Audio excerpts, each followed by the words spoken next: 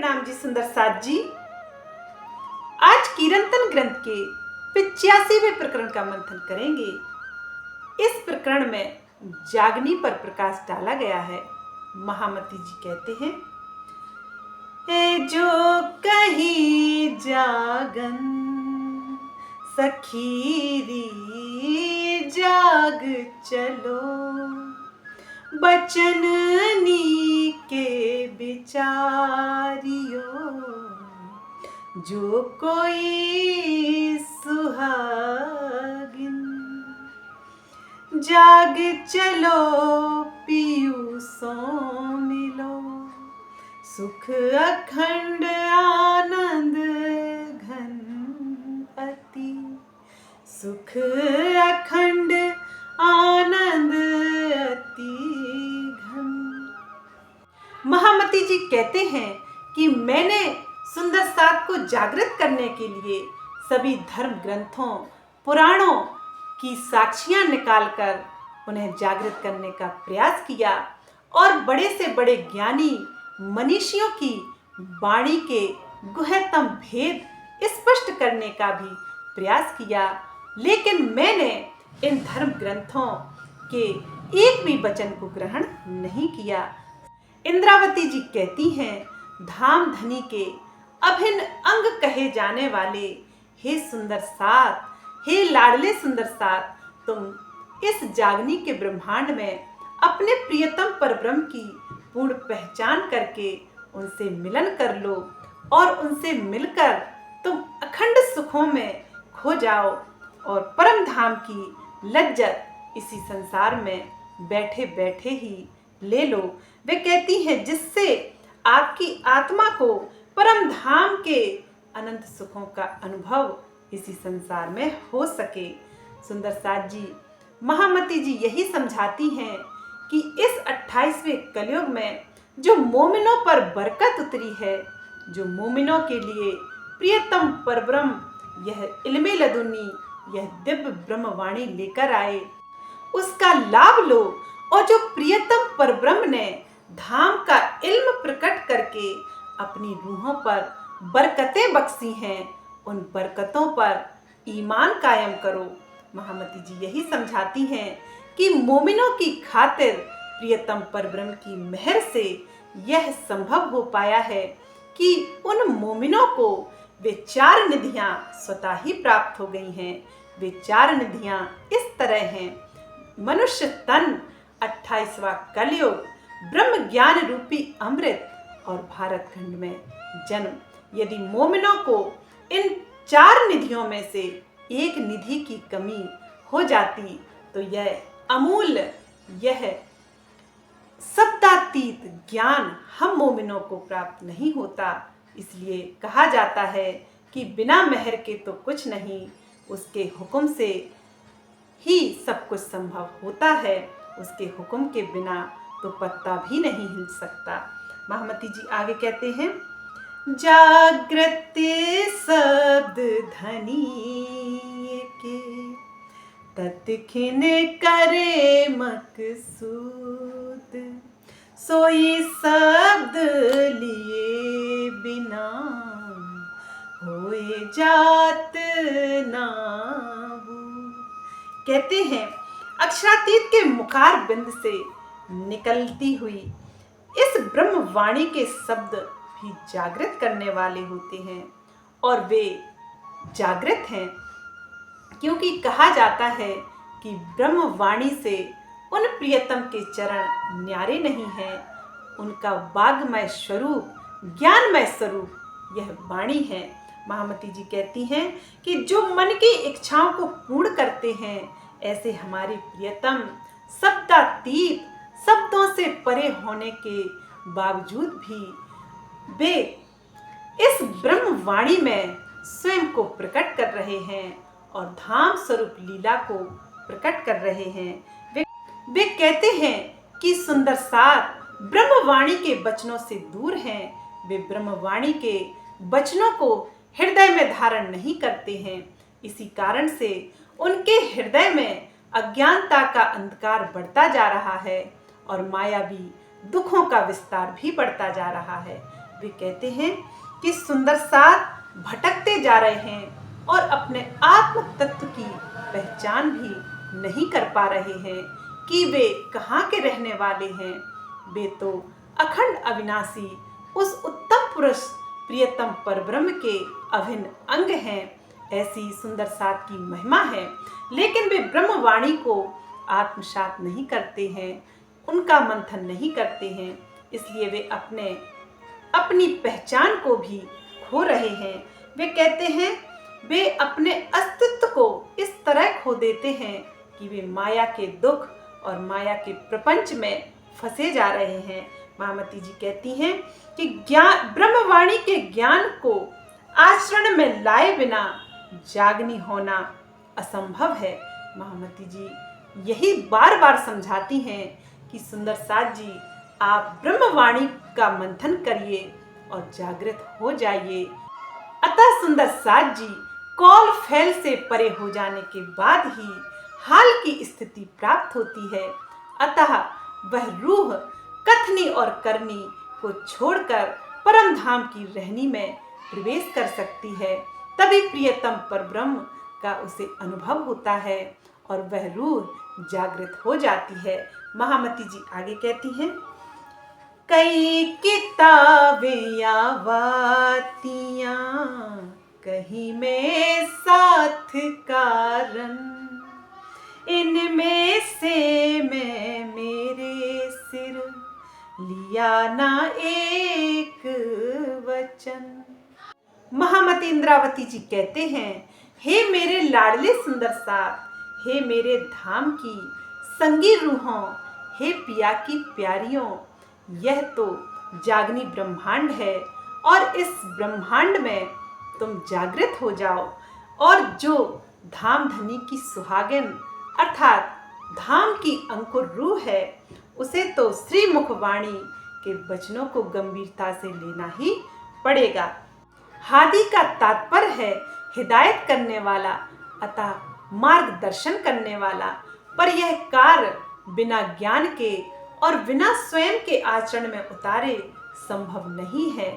लेकिन वे कहते हैं कि मैंने धर्म ग्रंथों के ज्ञान को अपने आचरण में नहीं उतारा। यही तो बुद्धिमत्ता है, इसीलिए तो उन्हें महामती कहते हैं। यह वाक्य उनके विनम्रता का परिचायक है और निरअभिमानता को दर्शाते हैं। इसका दूसरा अर्थ हम इस तरह से भी ले सकते हैं, सुंदर सात जी, किसी प्राणनाथ जी के स्वरूप में उस प्रियतम परब्रह्म, उस अल्लाह ताला खुदा की 5 शक्तियां कार्य कर रही थीं और उनके धाम हृदय में युगल स्वरूप श्री राज श्यामा जी विराजमान थे। फिर ऐसे स्वरूप को धर्म ग्रंथों को पढ़ने की क्या आवश्यकता है। यह धर्म पुराणों की साक्षियां तो वे हम सभी सुंदर सात को जागृत करने के लिए और संशय रहित करने के लिए ही देते हैं कि हे रूहों, तुम इन धर्म पुराणों को पढ़कर इनसे संशय रहित हो जाओ और दृढ़ हो जाओ कि परम धाम वह दिव्य ब्रह्मपुर, परम धाम वह चौथा आसमान ही मेरा असली निज घर है और मेरी आत्मा का स्वरूप परात्म के रूप में प्रियतम परब्रह्म के चरणों में बैठा हुआ है और उनकी नूरी शोभा को देख रहा है। महामती जी आगे कहती हैं, ए जो जागृत बचन सुपन रहे ना आगू जाग, पर लिया ना सिर अपने तो रही सुपन देह लाग। महामती जी कहती हैं, ब्रह्मवाणी के जागृत वचनों के द्वारा जागृत हो जाने पर इस स्वप्नमय संसार तथा शरीर का अस्तित्व रहता ही नहीं है। लेकिन मैंने श्री मुखवाणी के वचनों को व्यवहार में प्रयुक्त नहीं किया, इसलिए मैं अभी तक इस स्वप्नमय शरीर के मोह बंधन में फंसी हुई हूँ। महामती जी फिर यहाँ वही बात कह रहे हैं, हम सभी सुंदर सात को सिखापन देने के लिए ये वचन हमारे लिए कहे जा रहे हैं कि हे सुंदर सात, तुमने ब्रह्मवाणी के जागृत ज्ञान को पाकर भी अपने इस झूठे नश्वर शरीर से और इस माया के सुखों से और मोह अज्ञान से पीछा नहीं छुड़ाया है। इसलिए वे कहते हैं कि ब्रह्मवाणी के अनमोल वचनों से हे मेरे लाडले सुंदर सात, तुम जागृत हो जाओ और परम धाम के अखंड सुखों की लज्जत को प्राप्त करो, क्योंकि यह अखंड सुखों की लज्जत हे मोमिनो तुम्हारी खातिर ही इस नश्वर संसार में दिव्य ब्रह्मवाणी के रूप में और इल्मे लदुन्नी के रूप में मेरी मेहर के द्वारा ही उतारी गई है। महामती जी आगे कहते हैं, अवहीं जो सिर लीजिए एक बचन जागृत, तो तब ही जाग के बैठिए उड़ जाए सुपन सुरत। महामती जी कहते हैं कि हे सुंदर साथ जी, आप इस समय श्रीमुख वाणी के एक वचन को आत्मसात करके अर्थात अपने आचरण में उतार कर, अपनी रहनी में उतार कर, तो देखिए आपको इस स्वप्नमय संसार से आपकी सुरता दूर हो जाएगी और उस अखंड धाम में आपकी सुरता विचरण करने लगेगी और अखंड आनंद की मस्ती में वह इस नश्वर संसार में भी डूबी रहेगी और प्रियतम परब्रह्म के प्रेम का जाम इसी संसार में वह प्राप्त कर लेगी और स्वयं के दिल को भी अर्श दिल बना लेगी। महामती जी आगे कहते हैं, ए जो बचन ऐसे जागृत जगावत तत्खिन, जो ए ना लीजे सिर अपने तो कहा करे बचन। महामती जी कहते हैं, ब्रह्मवाणी के वचन इस प्रकार जागृत हैं कि रूह के धाम हृदय में प्रवेश करते ही एक क्षण में वे रूह को जागृत कर देते हैं। वे कहते हैं कि यदि कोई ब्रह्मवाणी को आत्मसात ही ना करे, उसका मंथन ही ना करे, उनके गहन रहस्यों को ही ना जाने, तो भला इसमें ब्रह्मवाणी का क्या दोष है। ब्रह्मवाणी तो मात्र रूह को जागृत करने के लिए ही आई है, लेकिन जो सुंदर साथ माया में नजर किए रहता है, ब्रह्मवाणी को पीट दिए रहता है, तो इसमें भला धाम धनी के यह वचन भी क्या करें। वे कहते हैं, अर्थात इसमें वचनों का कोई दोष नहीं है, बल्कि ज्ञान को आचरण में ना उतारना का ही दोष है। महामती जी कहते हैं, मैं ना लिया सिर अपने तो कहा देऊं दोष औरन, जागे सुपना क्यों रहे पर हुआ हाथ जन।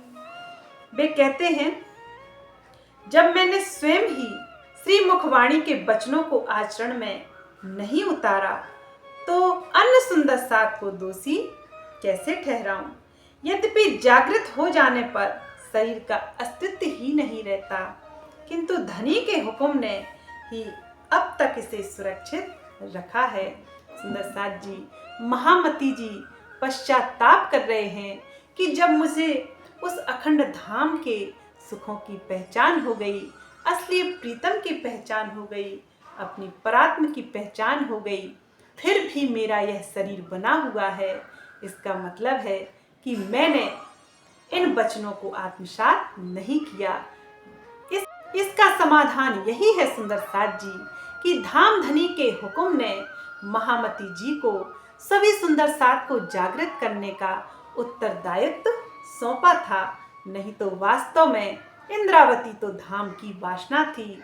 वह एक क्षण की देरी किए बिना अपने प्रियतम में जा मिलती और वहीं पूर्ण रूप से जागृत भी हो जाती।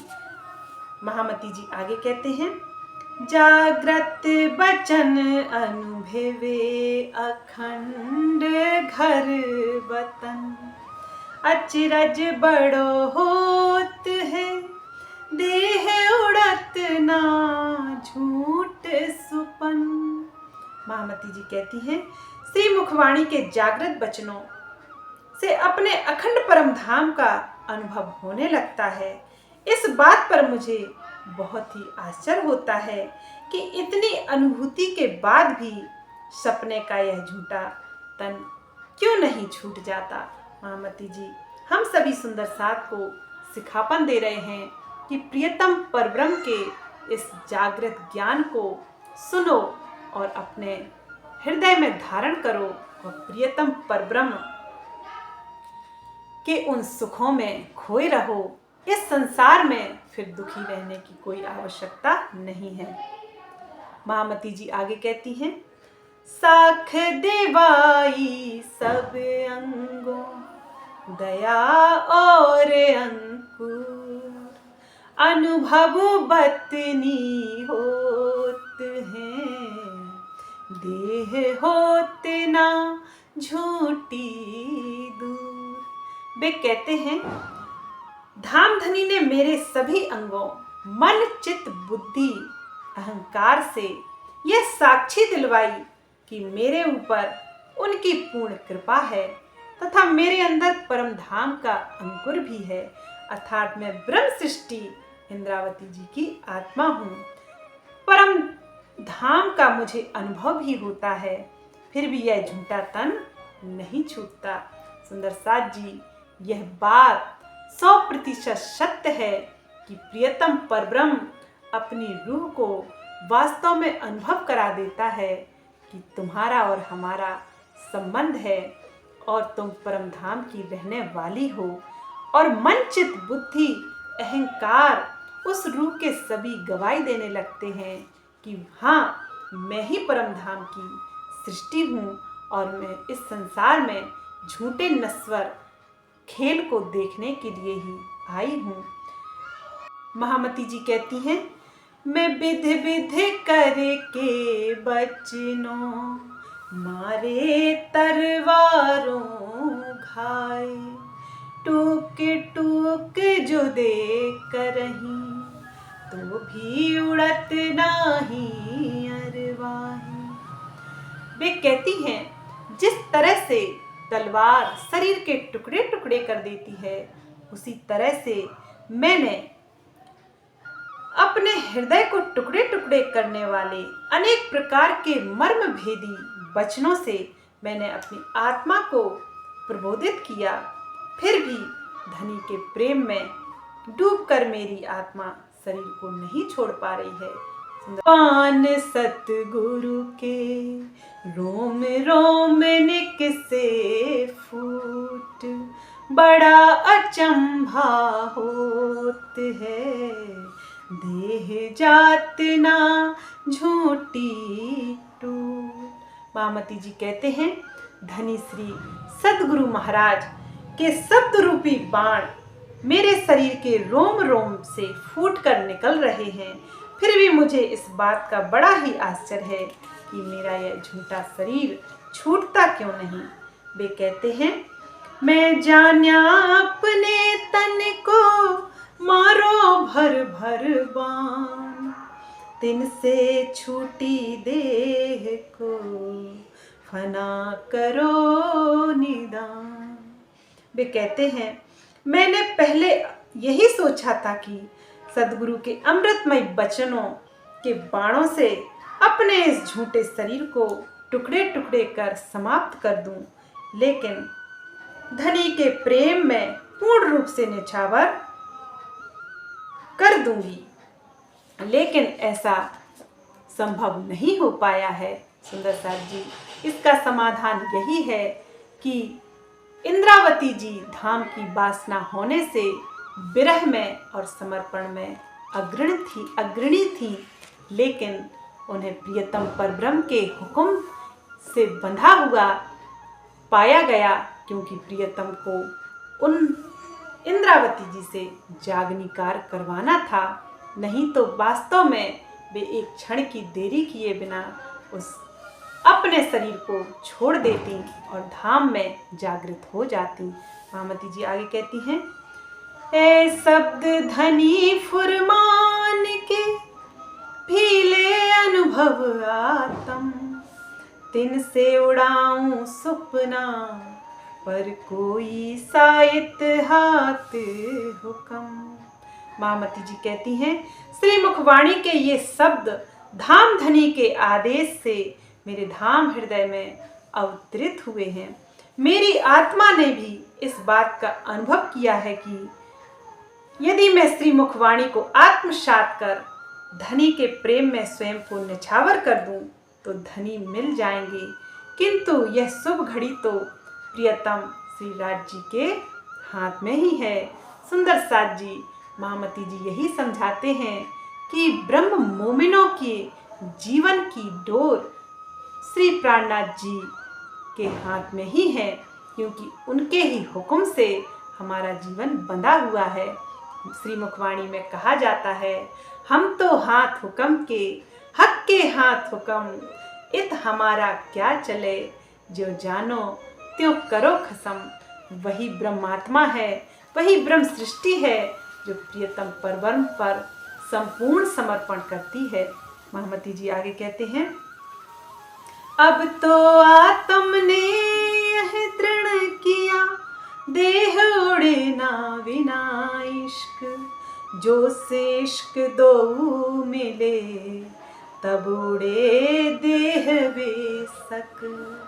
महामती जी कहते हैं कि अब तो मेरी यह आत्मा ने दृढ़ कर लिया कि बिना इश्क के, बिना प्रेम रूपी बंदगी के प्रियतम परब्रह्म कभी नहीं मिल सकता, क्योंकि इश्क ही बिछड़ने का कारण है और इश्क ही उस प्रियतम से मिलन का भी साधन है। जब रूहों ने कहा कि हे प्रियतम, मैं तुमसे अधिक प्रेम करती हूँ, तभी इश्क रब्द हुआ और उसके कारण ब्रह्मात्माओं का प्रियतम से जुदा होना संभव हुआ और इश्क रूपी बंदगी से ही धाम में जाया जा सकता है और कोई उपाय नहीं है। यही बात महामती जी यही यहाँ समझाती हैं। वे कहती हैं कि जब धनी का जोश और इश्क आत्मा को मिलते हैं, तब शरीर की प्रतीति तथा अस्तित्व का अनुभव और आसक्ति से निश्चय ही छुटकारा मिल जाता है। महामती जी कहते हैं, दुख ना दीजिए देह को, सुखे छोड़िए शरीर, ऐसे धैन विधि हो वहीं, जो जो से इश्क करे भूर। कहते हैं, इसलिए प्रियतम को पाने के लिए हठ योग या कर्म कांड के साधनों से शरीर को कष्ट देने की कोई आवश्यकता नहीं है। धनी का इश्क लेकर, धनी के प्रेम रस में डूबकर सुखपूर्वक ही शरीर के अस्तित्व को समाप्त कर देने का भाव लेना चाहिए। जब धनी का जोश और धनी का इश्क रूह के हृदय में प्रवेश करता है, तब धनी का दीदार होना बहुत ही सरल हो जाता है। श्रीमद् भागवत गीता में भी इसी बात की साक्षी स्पष्ट होती है, जब श्री कृष्ण जी अर्जुन से कहते हैं, हे अर्जुन, मैंने सुखों की माया तुम सभी भक्तों के लिए ही तो रची है। मैं नहीं चाहता कि तुम दुखी रहो, पर मेरा यह प्रयास रहता है कि तुम इन तुच्छ और क्षणिक सुखों में पड़कर उस परमानंद को ना भूल जाओ। अतः प्रियतम परब्रह्म को याद कर करके प्रियतम परब्रह्म पर समर्पित होकर प्रेम की राह अपनाकर इस संसार में सुखपूर्वक भी रहा जा सकता है। महामती जी यही दर्शाते हैं कि हे सुंदर सार, तुम्हें शारीरिक कष्ट और कसनी करने की कोई आवश्यकता नहीं है। तुम मुझसे प्रेम के द्वारा ही जुड़ सकते हो और प्रेम रूपी बंदगी से, इश्क रूपी बंदगी से मुझे प्राप्त भी कर सकते हो और मृत्यु के बाद मेरे उस दिव्य ब्रह्मपुर परम धाम में अखंड सुखों की लज्जत, अखंड आनंद में विहार भी कर सकते हो। महामती जी आगे कहते हैं, अब दौड़े जोश धनी को, याद कर साथ धनी धाम, ए धनी बिना ना आवहीं, जो से इश्क प्रेम का। महामती जी कहते हैं, अब सुंदर साथ के लिए यह अति आवश्यक हो गया है कि धाम धनी को याद करते हुए उनका जोश और इश्क पाने के लिए पूर्ण प्रयास करें। धनी का जोश तथा इश्क अनन्य प्रेम की इच्छा भी धनी की मेहर से ही संभव है, और धनी का जोश और इश्क बिना धनी की मेहर से किसी के अंदर प्रवेश नहीं कर सकता। महामती जी आगे कहते हैं, तामस राजस स्वातस चले माहे गुण तीन, बचन अनुभव इश्क हुआ जाहिर आकीन।